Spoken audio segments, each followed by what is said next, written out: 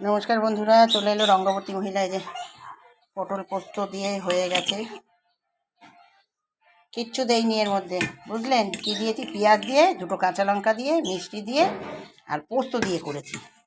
শুধু পোস্ত, কোনো পেঁয়াজ এই সর্ষে পোস্ত দুধ সর্ষে নয় বন্ধুরা, একদম পেঁয়াজ আছে একটা গোটা,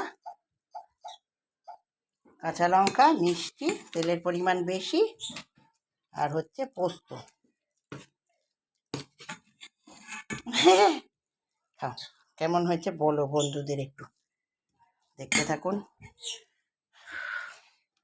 কেমন হয়েছে? ভালো হয়েছে। টেস্ট হয়েছে? টেস্ট হয়েছে, খুব ভালো হয়েছে। খাও বন্ধু।